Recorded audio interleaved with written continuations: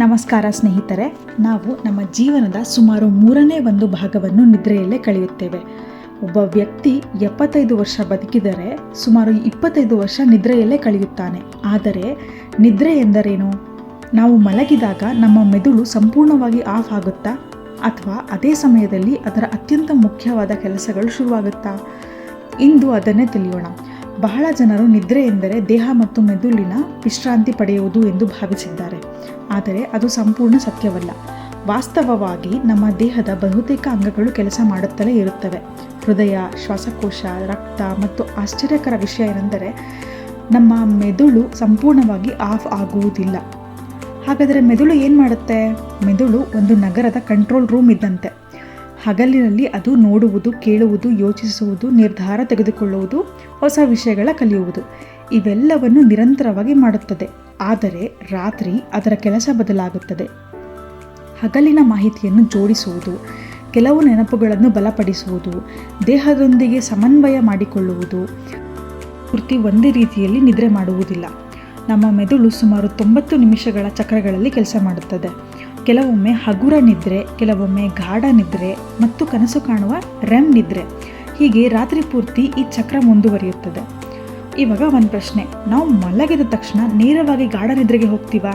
ಇಲ್ಲ. ನಾವು ಕಣ್ಣು ಮುಚ್ಚಿದ ತಕ್ಷಣ ನಮ್ಮ ಕಣ್ಣಿನ ಮೂಲಕ ಮೆದುಳಿಗೆ ಹೋಗುತ್ತದೆ ಬೆಳಕಿನ ಮಾಹಿತಿ ಕಡಿಮೆ ಆಗುತ್ತಿದೆ ಅಂತ. ಮೆದುಳು ಈಗ ಹೊರಗಿನ ಜಗತ್ತಿನ ಮೇಲೆ ಗಮನ ಕಡಿಮೆ ಮಾಡಬಹುದು ಎಂದು ಅರ್ಥ ಮಾಡಿಕೊಳ್ಳಲು ಆರಂಭಿಸುತ್ತದೆ. ನಮ್ಮ ದೇಹದಲ್ಲಿ ಒಂದು ಜೈವಿಕ ಗಡಿಯಾರ ಇದೆ, ಅಂದರೆ ಬಯೋಲಾಜಿಕಲ್ ಕ್ಲಾಕ್. ಇದು ಮೆದುಳಿನ ಹೈಪೋಥಾಲಮಸ್ ಎಂಬ ಭಾಗದಲ್ಲಿರುವ SN ಎಂಬ ಚಿಕ್ಕ ಭಾಗದಿಂದ ನಿಯಂತ್ರಿಸಲ್ಪಡುತ್ತದೆ. ಇದು ದಿನವಿಡೀ ಬೆಳಕು ಮತ್ತು ಕತ್ತಲೆಯನ್ನು ಗಮನಿಸುತ್ತಿರುತ್ತದೆ. ಕತ್ತಲೆ ಹೆಚ್ಚಾದಂತೆ ದೇಹಕ್ಕೆ ವಿಶ್ರಾಂತಿ ಸಮಯ ಬಂದಿದೆ ಎಂಬ ಸಂದೇಶ ಹೋಗುತ್ತದೆ. ನಿದ್ರೆ ಬಂದ ತಕ್ಷಣ ನಾವು ನೇರವಾಗಿ ಗಾಢ ನಿದ್ರೆಗೆ ಹೋಗುತ್ತವಾ? ಇಲ್ಲ. ನಮ್ಮ ಮೆದುಳು ನಿಧಾನವಾಗಿ ಒಂದು ಹಂತದಿಂದ ಮತ್ತೊಂದು ಹಂತಕ್ಕೆ ಸಾಗುತ್ತದೆ. ಆ ಮೊದಲ ಹಂತವೇ N1 ಸ್ಲೀಪ್. N1 ಅಂದರೆ ನಿದ್ರೆಯ ಮೊದಲ ಬಾಗಿಲು. ನಾವು ಇನ್ನೂ ಸಂಪೂರ್ಣವಾಗಿ ಮಲಗಿಲ್ಲ, ಆದರೆ ಸಂಪೂರ್ಣವಾಗಿ ಎಚ್ಚರವೂ ಇಲ್ಲ. ಇದು ಎಚ್ಚರ ಮತ್ತು ನಿದ್ರೆಯ ನಡುವಿನ ಸೇತುವೆಯಂತೆ. ಹಗಲಿನಲ್ಲಿ ನಮ್ಮ ಮೆದುಳು ಬೀಟಾ ವೇವ್ಸ್ ಮತ್ತು ಆಲ್ಫಾ ವೇವ್ಸ್ ಎಂಬ ವಿದ್ಯುತ್ ಚಟುವಟಿಕೆಗಳನ್ನು ಹೆಚ್ಚು ತೋರಿಸುತ್ತದೆ. ಆದರೆ N1 ಹಂತಕ್ಕೆ ಬಂದಾಗ ಮೆದುಳು ನಿಧಾನವಾಗಿ ಥೀಟಾ ವೇವ್ಸ್ ಅನ್ನು ಉತ್ಪಾದಿಸಲು ಆರಂಭಿಸುತ್ತದೆ. ಅಂದರೆ ಮೆದುಳು ನಿಧಾನಗತಿಯಲ್ಲಿ ಕೆಲಸ ಮಾಡಲು ಆರಂಭಿಸಿದೆ ಎಂಬ ಸಂಕೇತ. ಆಗ ದೇಹದಲ್ಲಿ ಏನಾಗುತ್ತದೆ? ಕಣ್ಣುಗಳ ಚಲನೆ ನಿಧಾನವಾಗುತ್ತದೆ, ಸ್ನಾಯುಗಳು ಸಡಿಲವಾಗಲು ಆರಂಭಿಸುತ್ತವೆ, ಹೃದಯದ ಬಡಿತ ಸ್ವಲ್ಪ ಕಡಿಮೆ ಆಗುತ್ತದೆ, ಉಸಿರಾಟ ನಿಧಾನವಾಗಿ ದೇಹ ಏಳುತ್ತಿರುವುದು ಒಂದೇ.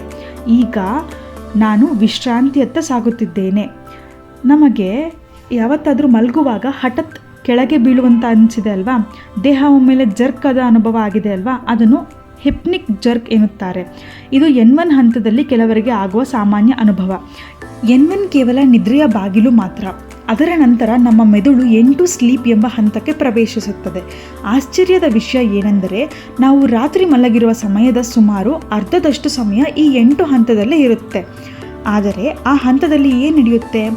ಈಗ ನಮ್ಮ ಮೆದುಳು ಹೊರಗಿನ ಜಗತ್ತನ್ನು ನಿಧಾನವಾಗಿ ಮ್ಯೂಟ್ ಮಾಡಲು ಆರಂಭಿಸುತ್ತದೆ. ಅಂದರೆ ಹೊರಗೆ ಫ್ಯಾನ್ ಓಡುತ್ತಿರಬಹುದು, ಗಡಿಯಾರದ ಟಿಕ್ ಟಿಕ್ ಶಬ್ದ ಇರಬಹುದು, ದೂರದಲ್ಲಿ ವಾಹನಗಳ ಶಬ್ದ ಇರಬಹುದು. ಆದರೆ ಮೆದುಳು ಅವುಗಳನ್ನು ಮುಖ್ಯವಲ್ಲ ಎಂದು ತೀರ್ಮಾನಿಸಿ ಕಡಿಮೆ ಗಮನ ಕೊಡುತ್ತದೆ. ಇದರಿಂದ ನಮ್ಮ ನಿದ್ರೆ ಮುಂದುವರಿಯಲು ಸಾಧ್ಯವಾಗುತ್ತದೆ. N2 ಹಂತದಲ್ಲಿ ಮೆದುಳು ಕೆಲವೇ ಕ್ಷಣಗಳ ಕಾಲ ತುಂಬ ವೇಗವಾಗಿ ವಿದ್ಯುತ್ ಚಟುವಟಿಕೆಗಳನ್ನು ಉಂಟು ಮಾಡುತ್ತದೆ. ಇವುಗಳನ್ನು ಸ್ಲೀಪ್ ಸ್ಪೈಂಡಲ್ಸ್ ಎಂದು ಕರೆಯುತ್ತಾರೆ. ವಿಜ್ಞಾನಿಗಳು ಇವು ಹೊಸದಾಗಿ ಕಲಿತ ಮಾಹಿತಿಯನ್ನು ನೆನಪಿನಲ್ಲಿ ಉಳಿಸಿಕೊಳ್ಳಲು ಸಹಾಯ ಮಾಡಬಹುದು ಎಂದು ನಂಬುತ್ತಾರೆ. ಅಂದರೆ ನಾವು ಹಗಲಿನಲ್ಲಿ ಕಲಿತ ಕೆಲವು ವಿಷಯಗಳನ್ನು ಮೆದುಳು ಸರಿಯಾಗಿ ಜೋಡಿಸಲು ಆರಂಭಿಸುತ್ತದೆ. ಇನ್ನು K ಕಾಂಪ್ಲೆಕ್ಸ್ ಅಂದರೆ ಏನು? ಇದು N2 ಹಂತದ ಮತ್ತೊಂದು ವಿಶೇಷ ಘಟನೆ. ಒಂದು ದೊಡ್ಡ ಶಬ್ದ ಆಯಿತು ಎಂದು ಊಹಿಸಿ. ಮೆದುಳು ಮೊದಲು ಆ ಶಬ್ದವನ್ನು ಪರಿಶೀಲಿಸುತ್ತದೆ. ಅದು ಅಪಾಯವಲ್ಲ ಎಂದು ತಿಳಿದರೆ ನಮ್ಮನ್ನು ಎಬ್ಬಿಸುವ ಬದಲು ಮತ್ತೆ ನಿದ್ರೆಯನ್ನು ಮುಂದುವರಿಸುತ್ತದೆ. ಇದನ್ನೇ K ಕಾಂಪ್ಲೆಕ್ಸ್ ಎಂದು ಕರೆಯುತ್ತಾರೆ. ಇದು ಮೆದುಳಿನ ಭದ್ರತಾ ಪರಿಶೀಲನೆ, ಸೆಕ್ಯೂರಿಟಿ ಚೆಕ್ ಎಂದು ಊಹಿಸಬಹುದು. ಈಗ ನಾವು ನಿದ್ರೆಯ ಅತ್ಯಂತ ಮುಖ್ಯ ಹಂತಕ್ಕೆ ಬಂದಿದ್ದೇವೆ, ಡೀಪ್ ಸ್ಲೀಪ್ ಅಥವಾ N3 ಸ್ಲೀಪ್. ಇದು ನಮ್ಮ ದೇಹದ ಮೈಂಟೆನೆನ್ಸ್ ಮೋಡ್ ಎಂದು ಹೇಳಬಹುದು. ಈ ಹಂತದಲ್ಲಿ ನಮ್ಮ ಮೆದುಳು ಅತ್ಯಂತ ನಿಧಾನವಾದ ಡೆಲ್ಟಾ ವೇವ್ಸನ್ನು ಉತ್ಪಾದಿಸುತ್ತದೆ. ಇದು ನಮ್ಮ ಮೆದುಳು ಗಾಢ ನಿದ್ರೆಯಲ್ಲಿದೆ ಎಂಬ ಸಂಕೇತ. ಈ ಸಮಯದಲ್ಲಿ ಯಾರಾದರೂ ನಮ್ಮನ್ನು ಎಬ್ಬಿಸಿದರೆ ಕೆಲವು ಕ್ಷಣಗಳ ಕಾಲ ಗೊಂದಲವಾಗಬಹುದು. ಈ ಹಂತದಲ್ಲಿ ದೇಹ ಹಲವಾರು ಮುಖ್ಯ ಕೆಲಸಗಳನ್ನು ಮಾಡುತ್ತದೆ. ಸ್ನಾಯುಗಳ ಚೇತರಿಕೆ ನಡೆಯುತ್ತದೆ, ಹಾನಿಗೊಳಗಾದ ಕೆಲವು ಅಂಗಾಂಶಗಳ ದುರಸ್ಥಿತಿ ನಡೆಯುತ್ತದೆ, ರೋಗ ನಿರೋಧಕ ವ್ಯವಸ್ಥೆ ಸಕ್ರಿಯವಾಗಿ ಕೆಲಸ ಮಾಡುತ್ತದೆ, ಮೆದುಳು ದಿನವಿಡೀ ಕೆಲಸ ಮಾಡಿರುವ ನಂತರ ತನ್ನ ಚಟುವಟಿಕೆಯನ್ನು ನಿಧಾನಗೊಳಿಸುತ್ತದೆ. ಈ ಸಮಯದಲ್ಲಿ ಮೆದುಳಿನ ಸುತ್ತ ಹರಿಯುವ ದ್ರವ ಅಂದರೆ ಸೆರೆಬ್ರೋಸ್ಪೈನಲ್ ಫ್ಲೂಯಿಡ್ ಕೆಲವು ತ್ಯಾಜ್ಯ ಪದಾರ್ಥಗಳನ್ನು ಹೆಚ್ಚು ಪರಿಣಾಮಕಾರಿಯಾಗಿ ಹೊರಹಾಕಲು ಸಹಾಯ ಮಾಡುತ್ತದೆ. ಈ ವ್ಯವಸ್ಥೆಯನ್ನು ಗ್ಲಿಂಫಾಟಿಕ್ ಸಿಸ್ಟಮ್ ಎಂದು ಕರೆಯುತ್ತಾರೆ. ಇದನ್ನು ಮೆದುಳಿನ ರಾತ್ರಿಯ ಸ್ವಚ್ಛತಾ ತಂಡ ಎಂದು ಊಹಿಸಬಹುದು. ಮಕ್ಕಳಲ್ಲಿ ಡೀಪ್ ಸ್ಲೀಪ್ ಪ್ರಮಾಣ ಸಾಮಾನ್ಯವಾಗಿ ಹೆಚ್ಚಿರುತ್ತದೆ. ಈ ಸಮಯದಲ್ಲಿ ದೇಹದ ಬೆಳವಣಿಗೆಗೆ ಸಹಾಯ ಮಾಡುವ ಕೆಲವು ಹಾರ್ಮೋನ್ಗಳು ಹೆಚ್ಚು ಬಿಡುಗಡೆ ಆಗುತ್ತವೆ. ಆದ್ದರಿಂದ ಬೆಳವಣಿಗೆಯ ವಯಸ್ಸಿನಲ್ಲಿ ಉತ್ತಮ ನಿದ್ರೆ ಬಹಳ ಮುಖ್ಯ. ಇಲ್ಲಿಯವರೆಗೂ ನಾವು N1, N2 ಮತ್ತು ಡೀಪ್ ಸ್ಲೀಪ್ ಬಗ್ಗೆ ತಿಳಿದುಕೊಂಡವು. ಈಗ ನಿದ್ರೆಯ ಅತ್ಯಂತ ವಿಚಿತ್ರ ಹಂತಕ್ಕೆ ಬಂದಿದ್ದೇವೆ. ಅದರ ಹೆಸರು REM ಸ್ಲೀಪ್ ಎಂದರೆ ರ್ಯಾಪಿಡ್ ಐ ಮೂಮೆಂಟ್. ಆದರೆ ನಾವು ಕಣ್ಣು ಮುಚ್ಚಿದರೂ ಕಣ್ಣುಗಳು ಯಾಕೆ ವೇಗವಾಗಿ ಚಲಿಸುತ್ತವೆ? REM ಅಂದರೆ ಏನು? ಈ ಹಂತದಲ್ಲಿ ನಮ್ಮ ಕಣ್ಣುಗಳು ಮುಚ್ಚಿರುತ್ತೆ, ಆದರೆ ಅವುಗಳ ಒಳಗೆ ಕಣ್ಣುಗಳು ವೇಗವಾಗಿ ಅತ್ತಿಂದಿತ್ತ ಚಲಿಸುತ್ತಿರುತ್ತೆ.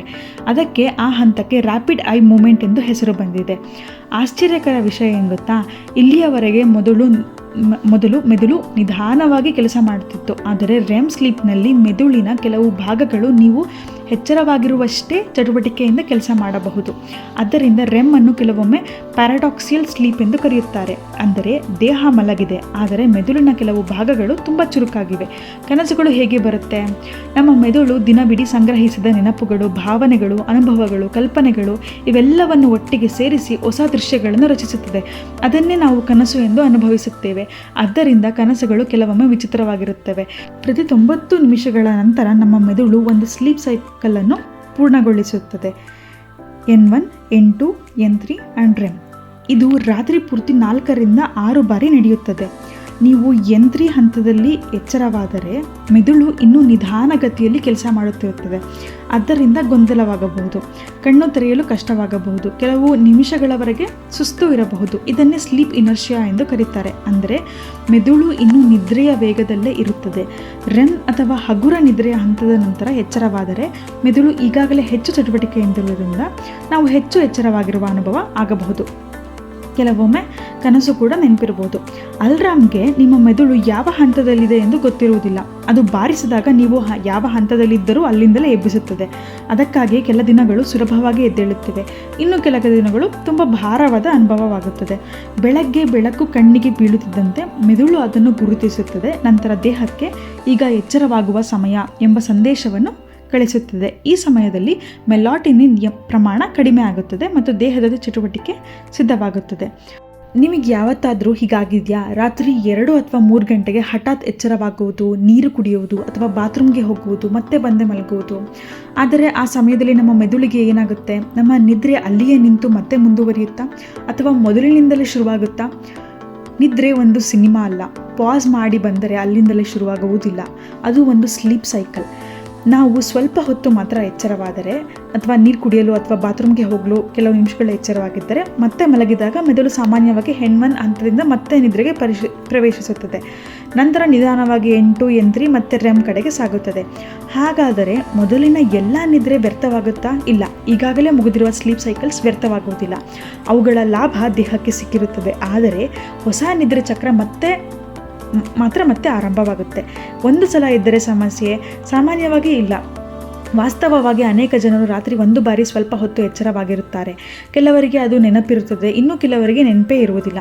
ಆದರೆ ಪದೇ ಪದೇ ಎಚ್ಚರವಾದರೆ ಆಗ ಸಮಸ್ಯೆ ಏನೆಂದರೆ ಮೆದುಳು ಡೀಪ್ ಸ್ಲೀಪ್ ಮತ್ತು REM ಸ್ಲೀಪ್ನಲ್ಲಿ ನಿರಂತರವಾಗಿ ಇರಲು ಸಾಧ್ಯವಾಗುವುದಿಲ್ಲ. ಆದ್ದರಿಂದ ಬೆಳಗ್ಗೆ ಎದ್ದಾಗ ಚೆನ್ನಾಗಿ ನಿದ್ರೆ ಆಗಿಲ್ಲ ಎಂಬ ಅನುಭವ ಆಗಬಹುದು. ನಮ್ಮ ದೇಹದಲ್ಲಿ ಬಯಾಲಜಿಕಲ್ ಕ್ಲಾಕ್ ಎಂಬ ನೈಸರ್ಗಿಕ ಗಡಿಯಾರವಿದೆ. ಇದರ ಮುಖ್ಯ ನಿಯಂತ್ರಣ ಕೇಂದ್ರ ಮೆದುಳಿನ ಹೈಪೋಥಾಲಮಸ್ ಭಾಗದಲ್ಲಿರುವ SCN. ಈ ಚಿಕ್ಕ ಭಾಗವೇ ನಮ್ಮ 24 ಗಂಟೆಗಳ ಸರ್ಕ್ಯಾಡಿಯನ್ ರಿದಮ್ ಅನ್ನು ನಿಯಂತ್ರಿಸುತ್ತದೆ. ಬೆಳಕು ಹೇಗೆ ಮುಖ್ಯವಾಗುತ್ತದೆ? ಬೆಳಕು ಕಣ್ಣಿಗೆ ಬೀಳುತ್ತಿದ್ದಂತೆ ಕಣ್ಣಿನ ರೆಟಿನಾ ಅದನ್ನು ಗುರುತಿಸಿ SCNಗೆ ಸಂದೇಶ ಕಳಿಸುತ್ತದೆ. SCN ನಂತರ ದೇಹಕ್ಕೆ ಹೇಳುತ್ತೆ, ರಾತ್ರಿ ಮುಗಿದಿದೆ, ಈಗ ಎಚ್ಚರಗೊಳ್ಳುವ ಸಮಯ ಅಂತ. ಕತ್ತಲೆ ಹೆಚ್ಚಾದಂತೆ SCN ದೇಹಕ್ಕೆ ನಿದ್ರೆಗೆ ಸಿದ್ಧವಾಗುವಂತೆ ಸಂಕೇತಗಳನ್ನು ನೀಡುತ್ತೆ.